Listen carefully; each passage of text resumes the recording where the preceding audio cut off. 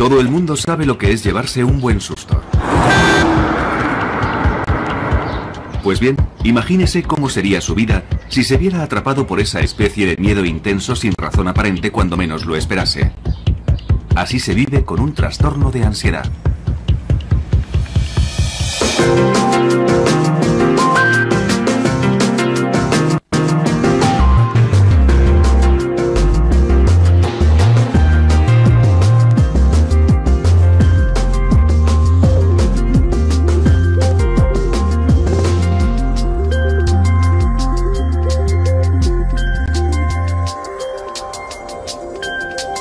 Es normal sentir desasosiego en situaciones angustiosas o peligrosas, pero normalmente pasa rápido y la vida continúa. Sin embargo, la ansiedad es continua y para algunas personas no pasa. Se convierte en un problema que termina controlando sus vidas.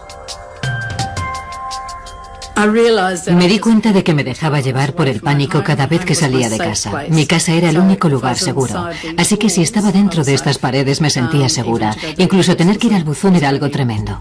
Sandra Snow tenía 30 y pocos años, estaba felizmente casada y tenía 2 hijos de menos de 5 años cuando la ansiedad empezó a apoderarse de ella. Cada vez que salía y cogía el coche, estaba deseando volver a casa. Y nada más llegar me empezaba a sentir bien. Descansaba un rato y me ponía bien. Después empecé a pensar, no son simples mareos, tiene que ser algo más.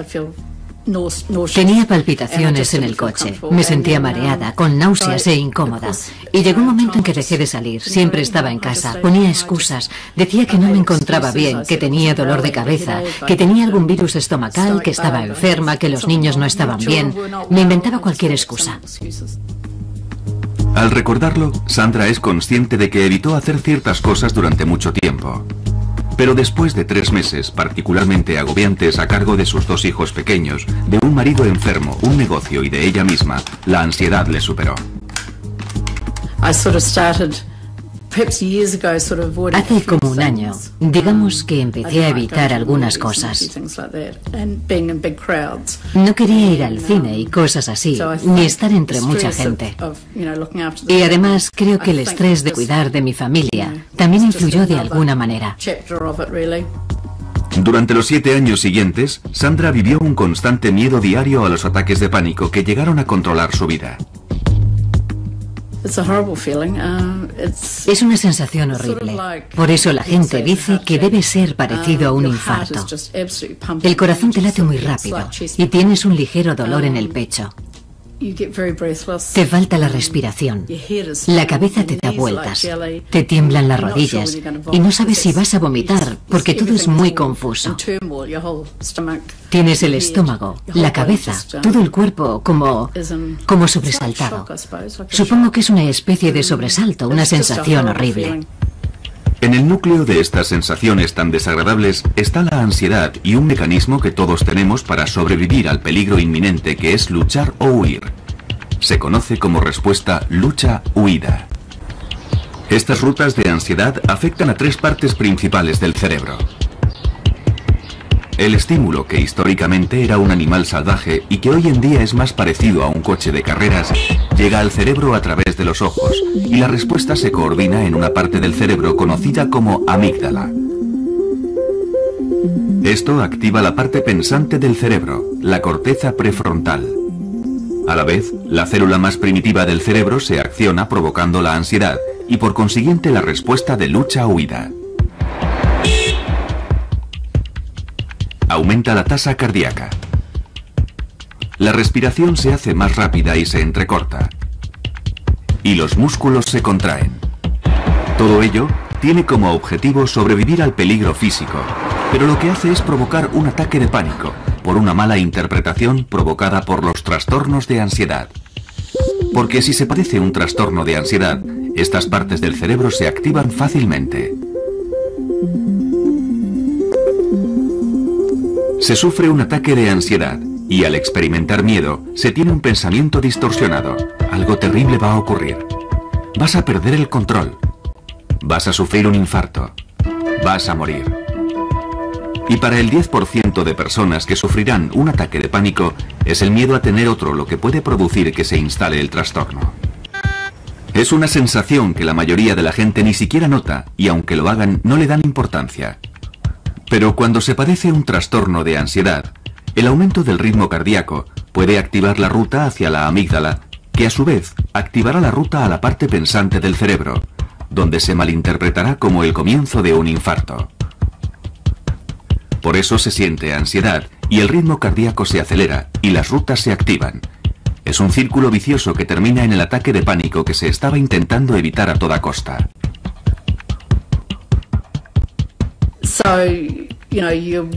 Así que cuando estás activa, sientes que tu corazón va a un ritmo diferente al normal. Y yo solo pensaba en eso. Y creo que por eso me sentía tan incómoda pasando la aspiradora. La cabeza me daba vueltas y no me gustaba esa sensación porque era muy frecuente. Me hacía sentir muy mal, así que la mayoría de las veces barría. Barrer era lo mío.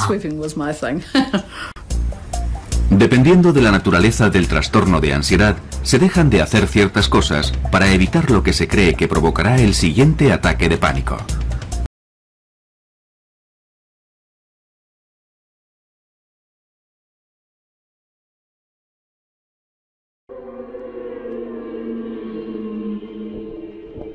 A Jacqueline Kelly le horrorizan las aves y las plumas desde que tiene uso de razón.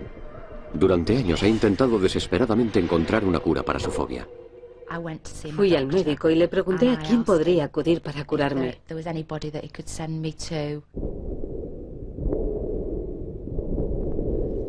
Me miró como si estuviera loca.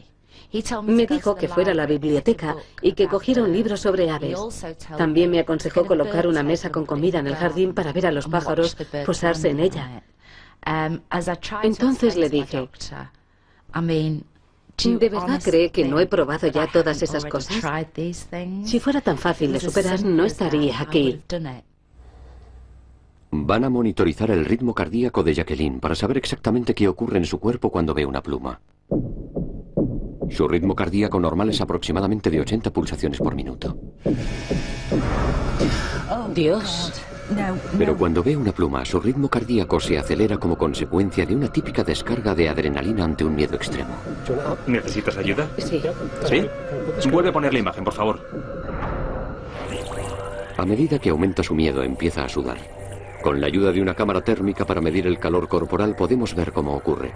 Para empezar, su cara y su cráneo se vuelven de un color rojo intenso. Está preocupada, pero controla la situación. Sin embargo, después de ver la pluma, se produce un cambio espectacular. Su piel, sobre todo alrededor del cráneo, se vuelve blanca por el calor.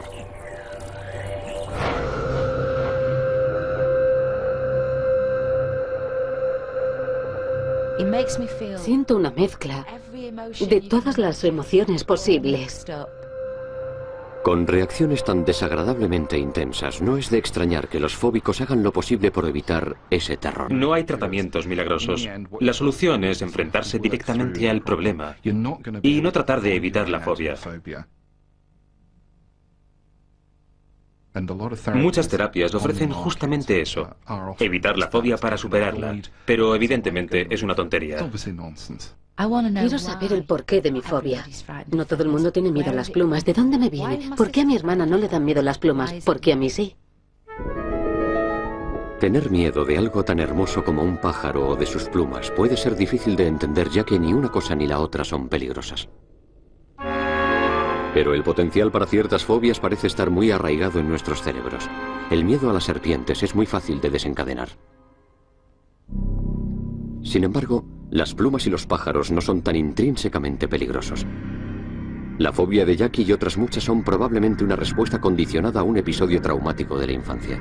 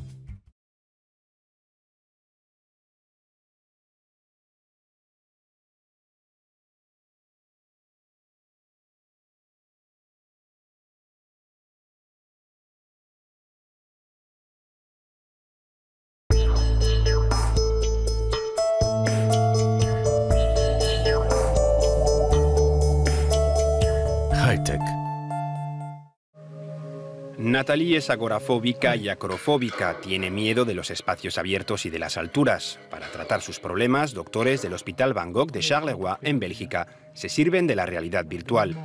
Con este visor puede verse a sí misma moviéndose de forma segura por los lugares que le dan miedo. La idea es que pueda hacer frente de forma gradual a sus fobias y aprenda a afrontarlas. La persona que va a hacer un ejercicio de realidad virtual sabe que está en un entorno seguro, pero el cerebro reacciona como si fuese la realidad. Y contamos con ese desfase para ayudar a las personas a realizar mejor esos ejercicios de terapia.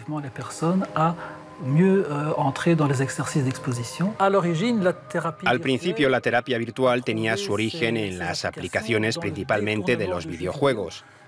Por eso hemos podido usar escenarios para la acrofobia o miedo a las alturas o el estrés postraumático.